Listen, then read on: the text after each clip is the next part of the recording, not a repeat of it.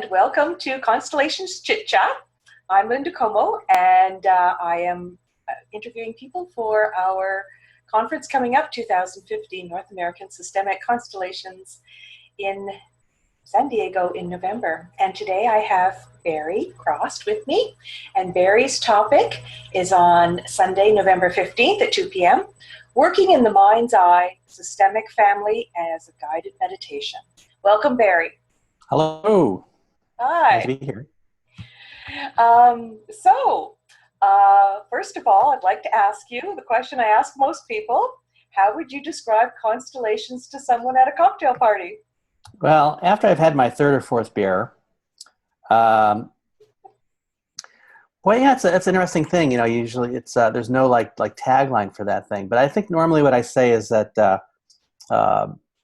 every family has a soul, and that soul has the consciousness or experiences of everybody that's been around. It's a little bit. I always like to describe it's like the cloud, the internet cloud. When we're born, there's this cloud, and we're born into our family. The cloud downloads the experiences of those people and some parts of them, and then we are also through our whole lives uploading to that cloud. And it might be that that memory is housed in our DNA. That's one thought I have. But there's this informational cloud, and we have that with us all the time. We feel like we're individuals, but we're actually part of a collective experience. We're individual and we're collective. And so family constellations is a modern way of getting in touch with that soul, that cloud of information. Every culture has had that access. Every culture has a way of stepping into the sacred in some way. And we just, in the modern times, a lot of us don't have a tradition to step into the sacred experience. And constellations is a remarkably easy way to step in to one part of the field. There's many things that can happen inside the field, this family soul, whatever we're going to call it. There's many things that can happen, many techniques that can be used there. But Hellinger has created one technique to look at certain parts of what's in there and what we can experience. And it's an amazingly easy way to get in there and do some really amazing work. So that would be my cocktail speech. It might go on a little longer, though. Okay, cool. And do you use constellations for self-care? Yeah, I always have.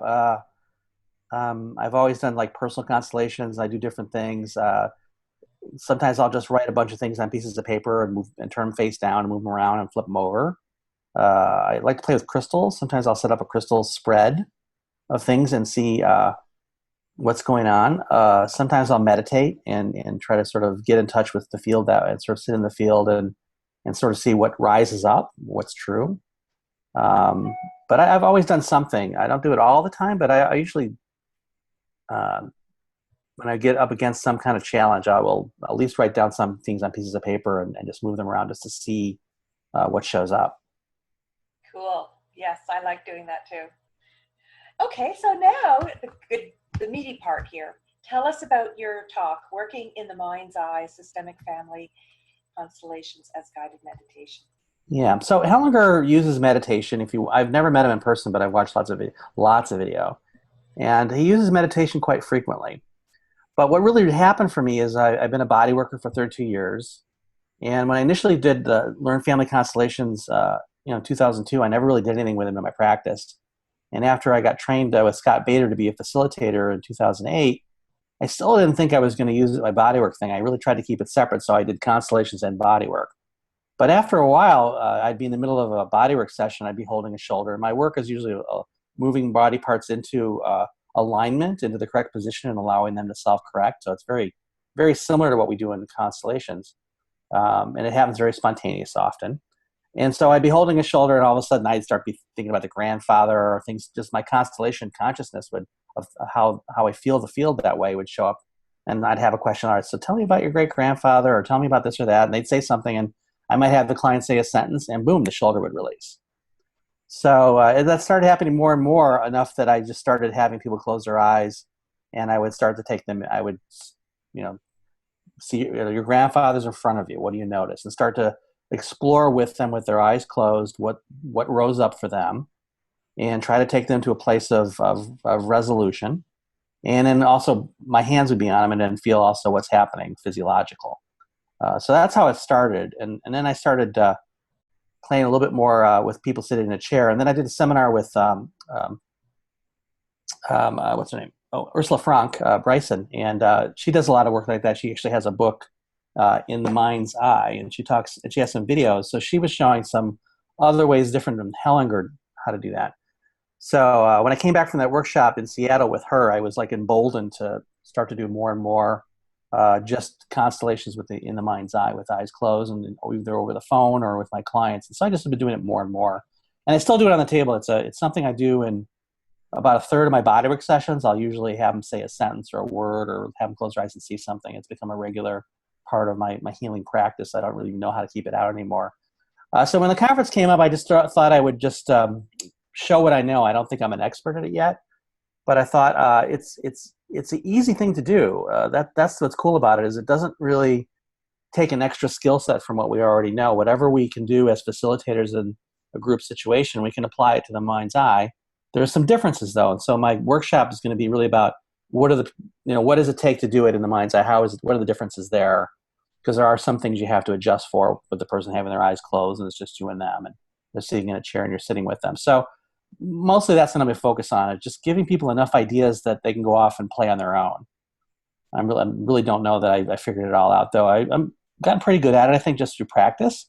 And so my goal is to provide a practice opportunity and provide some information about some things I'm thinking about, and let everybody go run off and do it. I really hope people will use this mode more frequently. It's very good to do. I often do it. I do a lot of meetups, and so I'll start my meetup with a group meditation.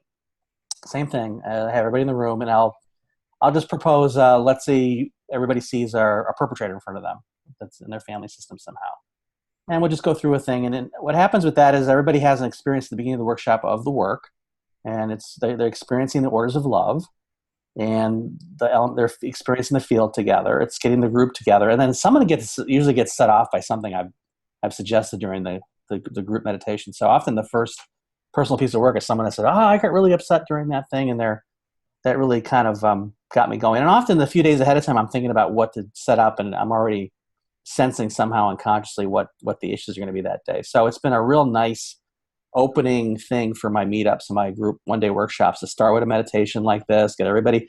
And I also like the idea that everybody, no matter whether or not they get a piece of work, they've all had an experience right up front of the workshop in the work, and they get a sense of what orders of love are and how it rises up and what the experience in the field is like together. And I just think it's really cool. Definitely. Yes. I also start with a short meditation and making sure people are in their bodies. And and you can add those that are normal meditative kind of things about, you can do relaxation techniques, and you can do all that stuff. I'm calling it guided meditation. I don't know if that's the right word. I don't know another word for it, because we're really not, I'm not so much suggesting what they should experience. I'm really trying to have it rise up in them and help guide them through their own internal images. So if to some degree I'm trying to tune into what's already inside of them and help them see it, but I'm trying not to suggest too much. I do have to suggest some things to kind of create the experience for them. But really, if they can take over and see more of it themselves, that's actually the goal. And then after the work, some of my clients are actually doing this at home as their own self-care. So you asked me earlier about my own self-care. I'm getting my clients to do a guided meditation at home, going into their mind's eye, putting their parents in front of them or some issue in front of them, and just noticing what they notice, how they experience, how they feel in their bodies, what do they see, what happens if they approach, what happens if they move away, and start to play around with the idea that they can have their own encounter with their family system in their mind's eye whenever they need to, as their own self-care. And not a lot of people are doing it yet, but I'm getting more and more clients to at least play around with it. Barry, do you realize that there is a CD in the works for you? There's a CD probably, and a book, and probably a PBS special, and HBO, and I think there really is. There probably is some stuff like that. We'll see what happens. I've been busy planning this conference with a crew of other 12 people, so there hasn't been much time to do anything else. But it's exciting because I never planned to do this. I didn't decide one day I'm going to do guided meditations. It's actually not my kind of self-concept of myself. Like I say, it showed up in my sessions, and it's just become such an easy tool. I did one the other night that was amazing, and then they're very short. That's the other thing, is you can do these things in 5 or 10 minutes. I did a 10-minute one the other night. Reconnecting someone with their mother. She had interrupted movement towards her mother.